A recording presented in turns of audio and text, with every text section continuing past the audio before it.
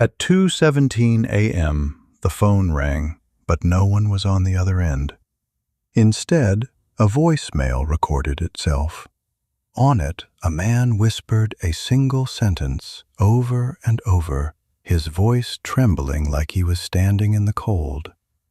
"Do not take the bridge in the morning." He didn't remember making the call. He didn't remember waking up. And the bridge he was warned about?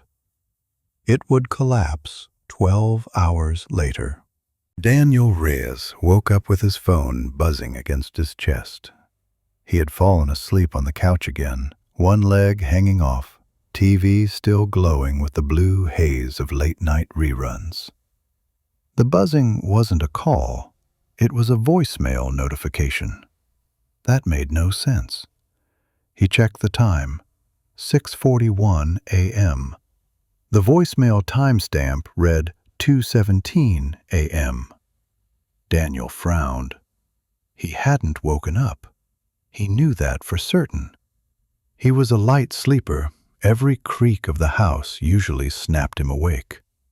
And yet, there it was, a voicemail left from his own number to his own inbox. He hit play. Static, breathing, then a voice. His voice. Low, strained, almost reverent. "Daniel," it whispered. A pause. "Do not take the bridge in the morning."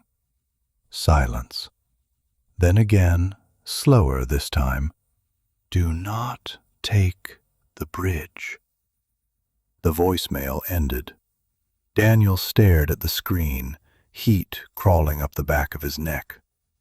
"That's not funny," he muttered to the empty room. From the kitchen, Elena's voice drifted in. "What's not funny?" He replayed it for her. She didn't laugh. She didn't speak at all at first, just stood there, one hand resting on the counter, eyes fixed somewhere beyond the sound. "Did you record this?" she asked quietly. "No, I swear." She looked at him then, really looked. "You don't sleepwalk." "I don't even talk in my sleep." The bridge in question was the Hawthorne River crossing, part of Daniel's daily commute. 12 minutes shorter than the long route. Concrete, steel, reliable, boring. Daniel deleted the voicemail, then hesitated, and restored it. Daniel took the long route, not because he believed the voicemail, but because ignoring it felt louder than listening. Traffic crawled. A delivery truck stalled ahead. He arrived at work 10 minutes late and immediately caught heat from his supervisor. Marcus slapped his desk later. "You missed the bridge or something?" Daniel forced a laugh. "Something like that." At 9:42 a.m., the building shook. Phones rang. Alarms chirped.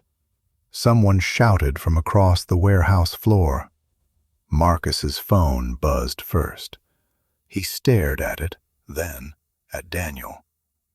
"Hawthorne Bridge," Marcus said slowly. "Collapsed. Partial. Cause in the water." Daniel felt the blood drain from his face. Later, hours later, after the shock dulled into something heavier, Daniel realized something else. His right hand hurt. Not sore. Burned. When he pulled his sleeve back, there were faint red marks on his palm. 3 narrow lines, as if someone had pressed his hand against something hot. That night, he dreamed. He stood on the bridge, fog thick as wool, traffic frozen, engines silent. Someone stood behind him, He never saw the face, only felt a hand close around his wrist, firm but gentle, pulling him backward as the concrete split open. A voice, not his, not anyone he knew, said, "Some warnings are given twice, others only once." Daniel woke, gasping. His palm still burned. 2 weeks passed. News crews moved on. Investigations began. The bridge became a statistic. Daniel tried to forget. Then Elena found the recorder. An old digital voice recorder sat in a box in the closet. One Daniel used years ago for work notes. Elena turned it over in her hand. "It's on," she said. Daniel frowned. "That thing hasn't had batteries in—" She pressed play. Static. Then a sound like fabric brushing a microphone. Then a voice. Not Daniel's. Low, calm, certain. "Tell him again," the voice said. "He will doubt himself." A pause. Then Daniel's voice, distant this time, almost asleep. "Do not take the bridge." The recording ended. Daniel sank onto the bed. "You don't believe in angels," he said weakly. Elena sat beside him. "I believe in warnings." That night, Daniel called the number on the Bridge Memorial hotline, the one set up for survivors and witnesses. He didn't know why. The dispatcher listened quietly. "You're the third," she said. "Third what?"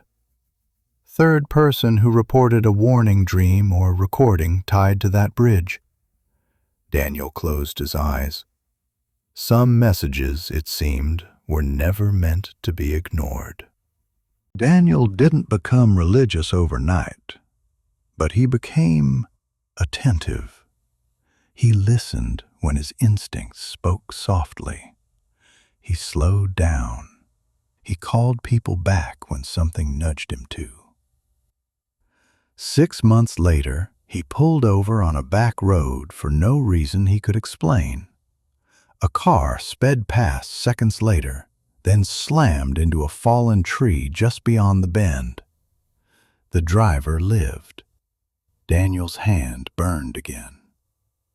That night, no dream came, no voice, just silence and gratitude. Years later, Daniel would tell the story carefully, never claiming angels, never claiming certainty, only this: something spoke when I wasn't listening, and it saved my life. The recorder still sits in the closet. Its batteries are dead. It has never recorded again.